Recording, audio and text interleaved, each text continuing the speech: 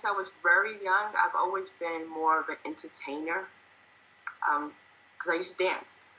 So being in the front of the camera is not a big deal for me. I love it. You know, it was more of the writing that I was a little intimidated by. You mentioned in the past you wrote a post in 4 hours. Steve, it took me 2 days just to write one post because I just was paranoid about that. So I was saying to myself, I said, okay, I have to write, but I also have to target audience of different learning styles. So that's where the video came into play, and that's where the audio came into play. Because I started podcasting on my blog 2 years ago, just for me to get the feel, because that was one of my ultimate goals, is to be on radio. So when I came onto Blog Talk Radio, I was a little nervous, but you know, I'm used to being out and talking to people and being on camera. It was just the blogging part, Steve. You don't realize.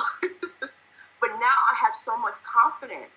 I have so much confidence because I felt like that particular day when I ran into I subscribed to your email list, and it was a Friday where I go through my email and I was like, let me go check to see, make sure I don't have any, you know, emails I have to respond to. And then when I saw your video, and I was like, wow, you know, the video thing I can do, but it was the content and the strategy that you talked about, you know, as far as bringing in leads and how to what was it? Not engage with your subscriber, but make your subscribers interested in what you have to offer. And build rapport and so that they like, know, and trust you. Exactly. Right. You know, but I mean, I had the subscriber list. They knew me, but it was just so quiet. Okay. They're so quiet, so they weren't like. You mean they weren't commenting your blog, or what do you mean by that? No, well, I mean, I received comments from my blog, majority of them from my Facebook community. But my subscribers itself, you know, it was like once in a while they might click on it, once in a while they might open it, or once in a while they might, you know, no, I take that back. They wouldn't even respond back to or give me some type of feedback what I was emailing to them. Now, when I first started my Aweber account, which was like a year ago. No, it wasn't a year ago. Maybe 7, 8 months ago. The only content I was sending my subscribers was the blogcast. So they were seeing everything that everyone else was saying. So I felt like, okay, my subscribers should be they're special people because they gave me their email address in exchange for some valuable content. But I felt like they wasn't really getting anything valuable because everyone in the whole wide world was seeing it. That's when I implement one of the strategies that you mentioned about giving your subscribers exclusive content that was valuable. And then when I started doing that, Steve, you do not know.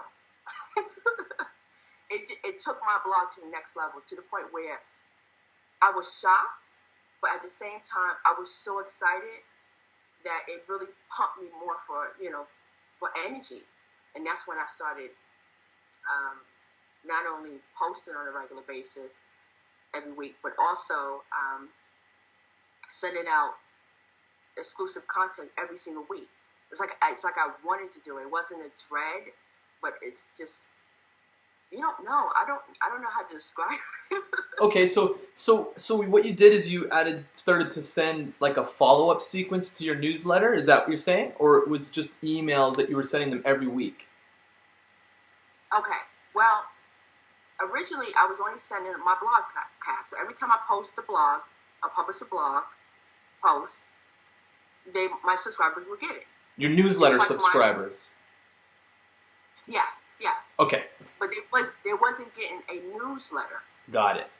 They was just getting the blog cast, the blog itself, the post. And I knew I needed a newsletter, but it was just like everyone else is doing it. I want to do something different. Right. I wanted something different because the newsletter, I don't even read people's newsletters. I don't. Right. You know, I subscribe because they promised me to give me valuable content that I can use immediately. Right. Not a newsletter that outline all the blog posts or the articles that you did for that month or what you're doing with the company. That's cool and everything, but I want something that I can take action right now. Okay, so just to summarize what you just said, so what you did is after the training that you got from Hanny and I, you had realized, okay, well, I've got to give something special, something exclusive to my newsletter subscribers that's different from what I'm giving on my blog, and you started to give them that content, and then what happened? Okay, so what I did is was funny. I kind of linked social media with the new, what I consider the new email campaign, because it is an email campaign. So what I did is I start to offer an 8-part video series on how to optimize your social media presence. Awesome. Because I think that was, but I noticed one of the troubles even my clients had in the beginning. That was one of the things I mentioned.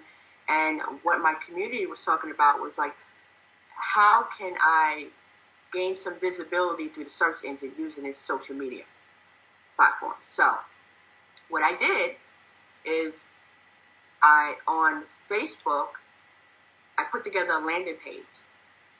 And on the landing page, it'll have a little picture saying, you need to receive 8-part video series on how to optimize within the next couple of weeks. Okay? But I put the Aweber, the web form on my Facebook landing page. Okay? And then, of course, on my actual blog, I added a new picture. I just added one picture saying, hey, give me your email address and I will give you this 8-part series. Okay. I didn't do anything. That's all I did. Okay.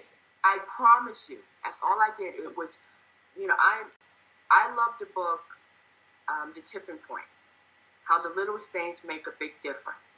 And all because I put in that new picture of a product that they're going to get for free. Right. On my website and on Facebook landing page, it made a big difference. So people was noticing. So okay, I did a blog post talking about optimizing your social media presence, and on the bottom I put that I'm offering free to all my subscribers this video series. Right. And that's it. In exchange for their email. Yes. Okay, yes. To build your email list. Okay, got it. And Nan, so if the coaches listening to want to get access to that 8-part video series, where would they have to go? You can go to corporatecosmo.com, and it's actually on the right-hand side of my website. You see the little icon and the join our email club. Okay. That's what I call it. I don't want to call it a subscriber list. Yep. Because I think that's just so averagey, if that's a word. But I encourage people to join my email club. Okay. Because you're going to get some exclusive information. Okay, got it. Perfect. So then what happened? You started to get new subscribers. What else? What sort of things were happening once you set up this exclusive training? And one thing you did mention, I think that's important to coaches know, is that you set up the training so that it was like something that their target market could get immediate results from. It wasn't fluff. It wasn't something you just like, here, check this out. It was like, I'm going to show you how to do something, maybe not the whole piece, but I'm going to give you a little piece and say, this is how to do this specific thing around social media, how to build your social media presence, and you gave them something that was actionable. Is that right? Yes. Okay, awesome. So what I did is with my video, the first video, you know what? My original goal was to increase my subscriber list, right? Okay. Which is, I think, everyone's original goal. But my second goal was to come up with a product, develop a product. But I wanted to use my subscribers' I wanted to test my product with my subscribers. Because I didn't want to put anything on the market and start selling it if I don't know if I didn't get the feedback. I didn't know if it was going to be that good. I know it was valuable, but I didn't know if it was going to be that good. Okay, makes sense. So I was saying to myself, I said, okay, I'm going to go and send in these videos, and on these videos are how-to tutorials. So you'll see videos where, for example, one of my video series is how to optimize your LinkedIn account or profile. So I go in to my profile, and I would talk about how certain keywords, where you should put certain keywords in your profile summary or in your header, and why you should put certain keywords there. A lot of people don't know about that. Right. And awesome. That's great, because then people can get that and get your training and check it out. Yeah. So how did that help build your list? How did you get an increase in subscribers? Where are you at right now? I have, so far, now this email campaign is not even done. So I send out a total of 5 videos. There's 3 more left to go. I have now a 20% increase on my subscribers. And awesome. That's in less than 4 weeks. That is awesome. Okay. Yes, less than 4 weeks. I had a 20% of subscribers growth. I'm starting to get I've been getting and starting to get more feedback. So I'm getting people coming on my Facebook saying, hey, man, I saw your video. And your video is great. I love it. And then I had someone else send me a message and said, what video are they talking about?